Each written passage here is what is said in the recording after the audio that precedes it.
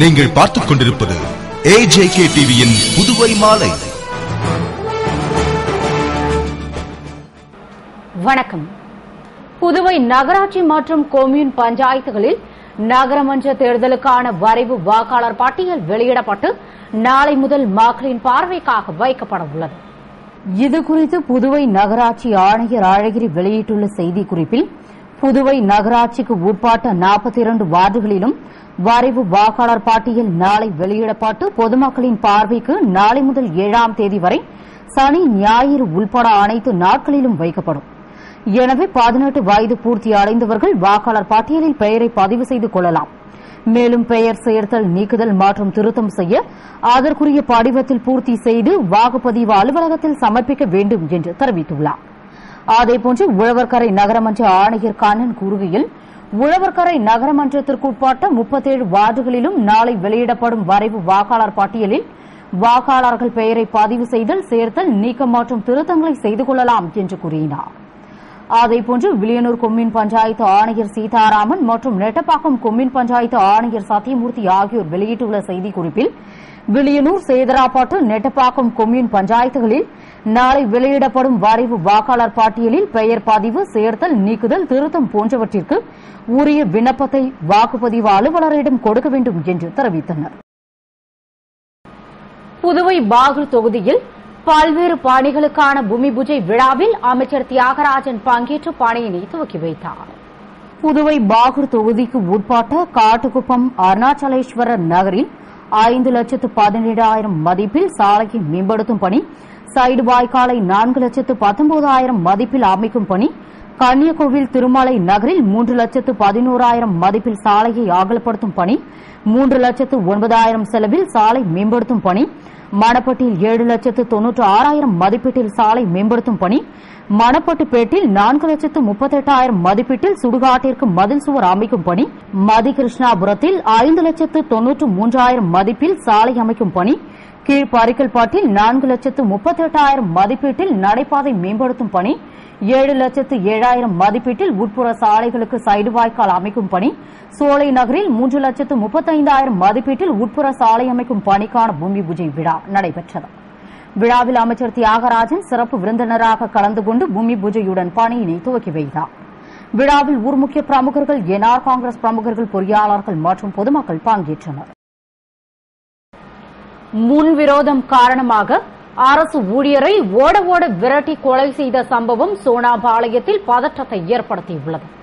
புதுவை திப்புராயப்பேட்டையைச் சேர்ந்த மணவாளன் என்ற நகராட்சியில் ஓட்டுநராக பணிபுரியும் வாலிபர் வேளாங்கண்ணி கோவிலுக்கு பாத யாத்திரையாக சென்று திரும்பிவிட்டு சோனாபாளையம் டீ கடையில் நின்றிருந்தபோது திடீரென்று ஆயுதங்களுடன் வந்த ஒரு கும்பல் கத்தியால் சரமாரியாக குத்தியது. பயங்கர கத்தி குத்துடன் ஓடிய மணவாளனை ஓட ஓட விரட்டி கத்தியால் குத்தியதில் அவர் ரத்த வெள்ளத்தில் கீழே விழுந்து துடிதுடித்து சம்பவ இடத்திலேயே உயிரிழந்தார். மேலும் ஆத்திரமடைந்த அந்த கும்பல் அவர் வீட்டையும் அவரது உறவினர் நாகமுத்து வீட்டையும் சூறையாடி நாகமுத்துவை அரிவாளால் வெட்டிவிட்டு தப்பியோடியது. தகவல் அறிந்து சம்பவ இடத்திற்கு வந்த வடக்கு SP ராமராஜ், ஒதியஞ்சாலை இன்ஸ்பெக்டர் ரகுநாதன் மற்றும் போலீசார் மணவாளனின் சடலத்தை பிரேத பரிசோதனைக்கு அனுப்பிவிட்டு நாகமுத்துவை சிகிச்சைக்காக அரசு மருத்துவமனைக்கு அனுப்பிவிட்டு நடத்திய விசாரணையில் வம்பா கீரப்பாளையத்தைச் சேர்ந்த ராஜசேகருக்கும் மணவாளனுக்கும் முன்விரோதம் இருந்ததும் அதில் ராஜசேகர் தரப்பினர் திட்டமிட்டு கொலை செய்ததும் தெரியவந்தது. இச்சம்பவத்தால் வம்பா கீரப்பாளையம் மற்றும் திப்புராயப்பேட்டையில் மோதல் நடக்கும் சூழ்நிலை ஏற்பட்டுள்ளதால் பதற்றம் நிலவுகிறது. எனவே அப்பகுதியில் போலீசார் முகாமிட்டுள்ளனர். இந்த கொலை வழக்கு தொடர்பாக ஒதியஞ்சாலை போலீசார் 14 பேர் மீது வழக்கு பதிவு செய்து விசாரணை நடத்தி வந்த நிலையில் 10 பேர் காவல் நிலையத்தில் சரணடைந்தனர். அவர்களிடம் போலீசார் தீவிர விசாரணை நடத்தி வருகின்றனர்.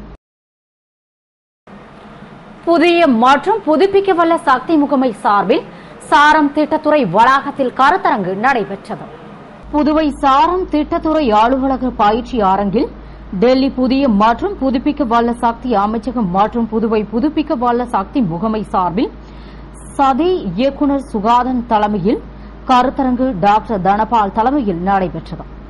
நுகர்வோர் செயல்பாட்டு தலைவர் திலகவதி வரவேற்று பேசிய நிகழ்ச்சியில் அண்ணாமலை பல்கலைக்கழக பேராசிரியர் டாக்டர் வேதாந்த தேசிகன் சிறப்புரையாற்றிட நிறைவில் பொருளாளர் நரசிம்மமூர்த்தி நன்றி கூறினார். கருத்தரங்கில் புதிய மற்றும் புதுப்பிக்கவல்ல சக்தி குறித்து விரிவான பயிற்சி அளிக்கப்பட்டது. அரசு ஊழியர் கொலை வழக்கில் குற்றவாளியை கைது செய்ய வலியுறுத்தி உறவினர்கள் சடலத்தை வாங்க மறுத்து போராட்டத்தில் ஈடுபட்டதால் பெரும் பரபரப்பு ஏற்பட்டது. புதுவை சோனாபாளையத்தில் முன்விரோதம் காரணமாக அரசு ஊழியரை ஓட விரட்டி கொலை செய்த மர்ம கும்பலை கைது செய்ய வலியுறுத்தி இறந்தவரின் உறவினர்கள் சடலத்தை வாங்க மறுத்து புசி வீதியில் போராட்டத்தில் ஈடுபட்டனர். இதனால் அப்பகுதியில் பரபரப்பு ஏற்பட்டது. இத்தகவலை அறிந்த போலீசார் சம்பவ இடத்திற்கு விரைந்து வந்து உறவினர்களிடம் விரைவில் குற்றவாளிகளை கைது செய்து விடுவதாகவும், எனவே போராட்டத்தை கைவிட்டு சடலத்தை பெற்றுக்கொண்டு கலைந்து செல்லும்படியும் கேட்டுக் கொண்டனர்.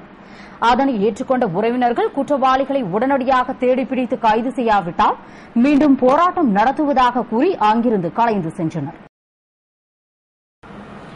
புதுவை சிறைகளில் மத்திய பாதுகாப்பு படையினரை பாதுகாப்பு பணியில் ஈடுபடுத்த வேண்டும் என்று மாநில காங்கிரஸ் தலைவர் ஏ.வி. சுப்பிரமணியன் வலியுறுத்தியுள்ளார். இது தொடர்பாக மாநில காங்கிரஸ் தலைவர் ஏ.வி. சுப்பிரமணியன் கூறுகையில், புதுவையில் போலீஸ் காவலில் உள்ள கைதி கொலை செய்யப்படும் அளவிற்கு சட்டம் ஒழுங்கு மோசமாக உள்ளதால் சட்டம் ஒழுங்கை கட்டுப்படுத்த முதல்வர் நடவடிக்கை எடுக்க வேண்டும் என்றும், புதுவையில் காவல் அதிகாரிகள் அதிகமாக உள்ளனர், ஆனால் காவலர்கள் பற்றாக்குறை உள்ளதால் ஐஆர்பி காவலர்களை காவல் நிலையத்தில் பயன்படுத்திக் கொள்ள வேண்டும் என்றும், மத்திய பாதுகாப்பு படை போலீசாரை சிறைச்சாலை பாதுகாப்பு பணியில் ஈடுபடுத்த வேண்டும் என்று தலைமை செயலரிடம் தான் வலியுறுத்தி உள்ளதாக கூறிய அவர், மேலும் சிறையில் ஜாமர் கருவியை இயங்க வைக்க வேண்டும், தமிழக புதுவை போலீசார் இணைந்து குற்றவாளிகளை அடக்கி வந்தனர், அதுபோன்று தொடர்ந்து குற்றங்களை தடுக்க புதுவை போலீசார் நடவடிக்கை எடுக்க வேண்டும் என்றும், மேலும் தமிழகத்தில் பயிற்சி பெற்று வரும் இலங்கை அதிகாரிகளை திருப்பி அனுப்ப வேண்டும் என்று உள்துறை அமைச்சர் ஆந்தோனியிடம் மத்திய அமைச்சர் நாராயணசாமி வலியுறுத்தியுள்ளார். எனவே நட்பு நாடாக இருந்தாலும் மக்கள் விரும்பாத போது அவர்களை திருப்பி அனுப்ப வேண்டும் என்று அவர் கூறினார். புதுவை லாஸ்பேட்டை தாகூர் கலைக்கல்லூரி பேராசிரியர்கள் சமூக விரோத செயல்களில் ஈடுபடும் மாணவர்கள் மீது நடவடிக்கை எடுக்க வலியுறுத்தி தன்னெழுச்சி போராட்டத்தில் ஈடுபட்டனர்.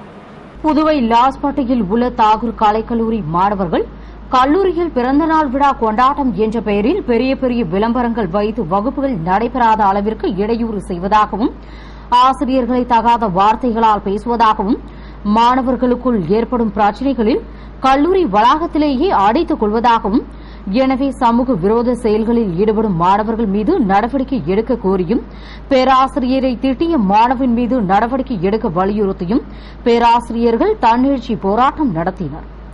அவர்களிடம் கல்லூரி முதல்வர் ஷைமா பேச்சுவார்த்தை நடத்தி மாணவர்கள் மீது நடவடிக்கை எடுப்பதாக உறுதியளித்ததை அடுத்து போராட்டத்தை கைவிட்ட பேராசிரியர்கள் நடவடிக்கை எடுத்த பிறகு வகுப்பறைக்கு செல்ல முடிவெடுத்துள்ளனர்.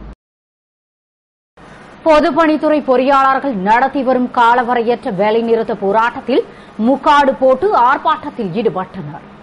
புதுவை பொதுப்பணித்துறை பொறியாளர்கள் கூட்டு நடவடிக்கை குழுவினர் பணி நிரந்தரம், காலி இடங்களை நிரப்புதல், அலவன்சுகள் வழங்குதல் போன்ற பல்வேறு கோரிக்கைகளை வலியுறுத்தி கடந்த 28ஆம் தேதி முதல் காலவரையற்ற வேலைநிறுத்த போராட்டத்தில் ஈடுபட்டுள்ளனர். அதில் 4ஆம் நாள் போராட்டமாக பெட்ரோகுமார் தலைமையில் அருணகிரி இஸ்மாயில், எழில்வண்ணன், குலோத்துங்கன் முன்னிலையில் முக்காடு போட்டு உண்ணாவிரத போராட்டம் மேற்கொண்டனர். இதில் பொறியாளர் திரளாக பங்கேற்று கோரிக்கைகளை வலியுறுத்தி தொடர் உண்ணாவிரதம் மேற்கொண்டனர். புதுவை பாகூர் கஸ்தூரிபாய் காந்தி அரசு மேல்நிலைப் பள்ளியில் மாணவர்கள் ஆசிரியரை பணியிட மாற்றம் செய்ததற்கு எதிர்ப்பு தெரிவித்து போராட்டத்தில் ஈடுபட்டனர்.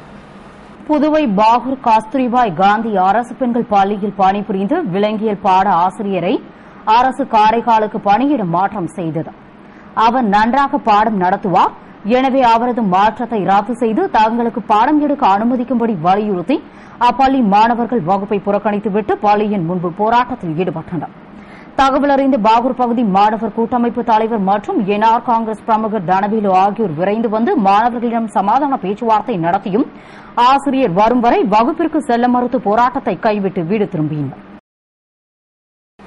புதுவை நோனாங்குப்பம் அரசு பள்ளியில் பல் மருத்துவ முகாம் நடத்தப்பட்டு இதில் வாய் புற்றுநோய் மற்றும் புகையிலையினால் ஏற்படும் தீமைகள் குறித்து குறுந்தகடு வெளியிடப்பட்டது. புதுவை நோனாங்குப்பம் அரசு மேல்நிலைப்பள்ளி மற்றும் நடமாடும் பல் மருத்துவமனை சார்பில் பல் மருத்துவ முகாம் பள்ளி வளாகத்தில் நடைபெற்றது. நிகழ்ச்சியில் இரவில் படுக்கும் முன் பல் விளக்குவதன் முக்கியத்துவம், மற்றும் பாக்கு புகையிலையினால் ஏற்படும் வாய் புற்றுநோய் பற்றியும் மாரடைப்பிற்கு வாயில் உள்ள நுண்கிருமிகள் காரணம் என்றும் விளக்கப்பட்டது. மேலும் வாய் புற்றுநோய் மற்றும் புகையிலையினால் ஏற்படும் தீமைகள் பற்றி குறுந்தகடு வெளியிடப்பட்டது. அதனை பள்ளி முதல்வர் குப்புசாமி பெற்றுக் கொண்டார். பின்னர் மாணவர்களுக்கு புளோரைட் ஜெல் கொண்டு வாய் கொப்பளிக்கப்பட்டது மற்றும் வாய் சுகாதாரம், வாய் புற்றுநோய் குறித்த புகைப்படங்கள் காண்பிக்கப்பட்டது. 5 மாணவர்களுக்கு பல் அடைக்கப்பட்டது.